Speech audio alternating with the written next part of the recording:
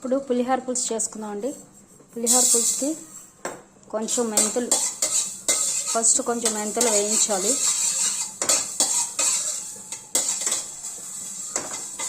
ఇవి కొంచెం బ్లాక్గా అయ్యే వరకు వేయించాలి.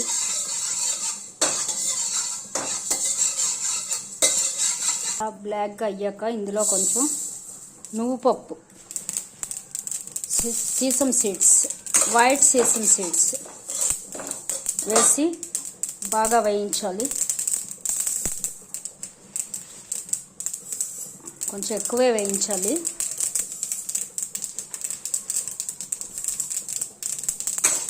ఇలాగా మాడకుండా ఇవి మటుకు ఎర్రగా వేయించాలి.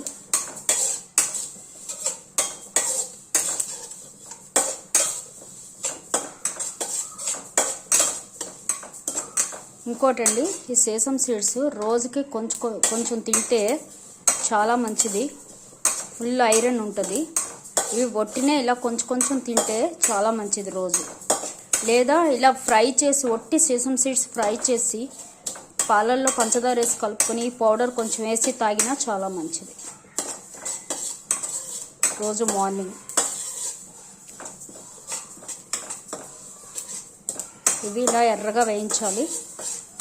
వేయించి ఇందులో కొంచెం లాస్ట్లో కొంచెం ఎండుమిరపకాయలు కూడా వేయాలి.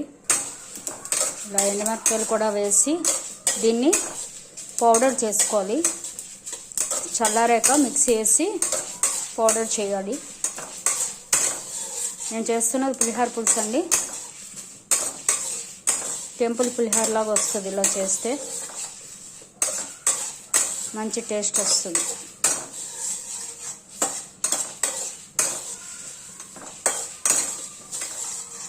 ఇలా వేగాక వీటిని ఒక ప్లేట్లోకి తీసుకోవాలి. ఇప్పుడు పులిహోర పులుసు పోపు వేద్దామండి. దానికి ఇందులో కొంచెం వేరుశనగ నూనె కొంచెం ఎక్కువ వేసుకోవాలి. వేరుశనగ నూనె వేసుకుని ఇందులో పోపు సామాన్లన్నీ వేసి పోపు వేయించాలి. ఫస్ట్ కొంచెం మెంతులు వేసి వేయించాలి. చిన్న మెంతులు వాసన బాగుంటుంది మెంతులు వేస్తే.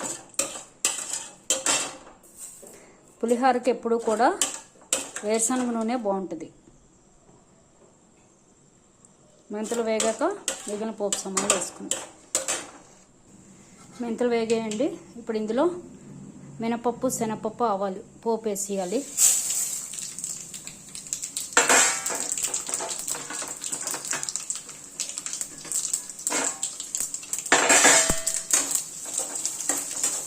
మినపప్పు, శనగపప్పు, ఆవాలు, ఎండుమిరపకాయలు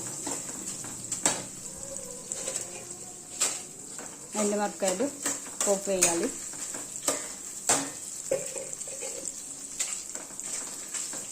వేసి ఇది వేగాక ఇందులో కొంచెం ఇంగువ కూడా చక్కగా వేసుకుంటేనే బాగుంటుంది.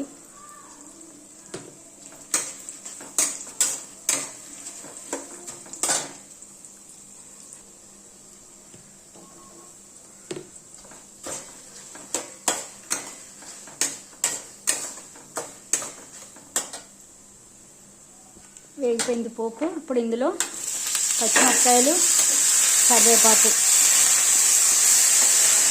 వేయాలండి. వేసి పచ్చిమిరపకాయ పేలుతుంది, జాగ్రత్తగా చూసుకోండి. ఫుల్ పచ్చిమిరపకాయ వేస్తాను. ఇప్పుడు ఇందులో చింతపండు పులుసు పోయాలి. మెత్తటి గుజ్జులా తీసుకున్న చింతపండు పులుసు పోసి కలిపి ఉప్పు, పసుపు వేయాలి. పులిహోర గుజ్జు ఎలా తీయాలో చూద్దాం. ఇది ఇలా పోసుకొని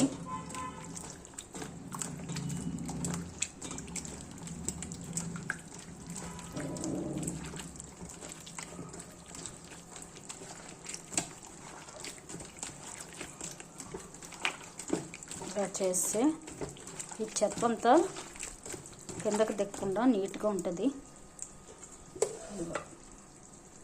చూడండి, ఇదే చచ్చు. మళ్ళీ వేసుకోవచ్చు.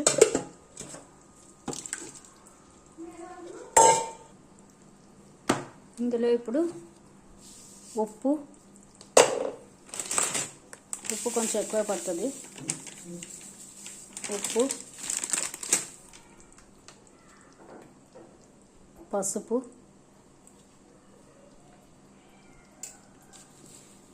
కొంచెం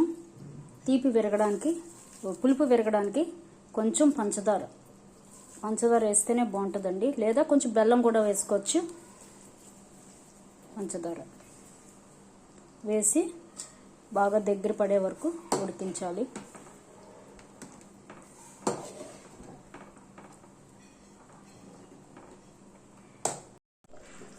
పులిహోర పులుసు రెడీ అయిపోతుందండి. ఇప్పుడు ఇందులో నువ్వుపప్పు, ఎండుమిరపకాయ, మెంతులు పొడి వేయాలి. వేసి బాగా కలపాలి. ఇప్పుడు వేసాక మటుకు అడుగంటుతుంది, కలుపుతూనే ఉండాలి.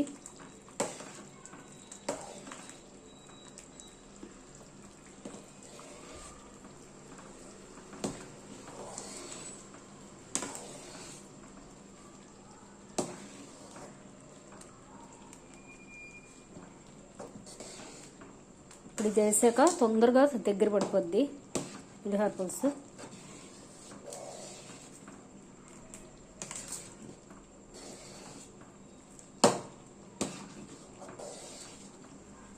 ఇందులో కరివేపాకు, పచ్చిమిర్చి ఇంకా కూడా వేసుకోవచ్చు. కానీ పులిహోర కలిపేటప్పుడు మళ్ళీ కొంచెం పోపు వేసుకుంటాం, అందులో కరివేపాకు, పచ్చిమిర్చి వేయచ్చు.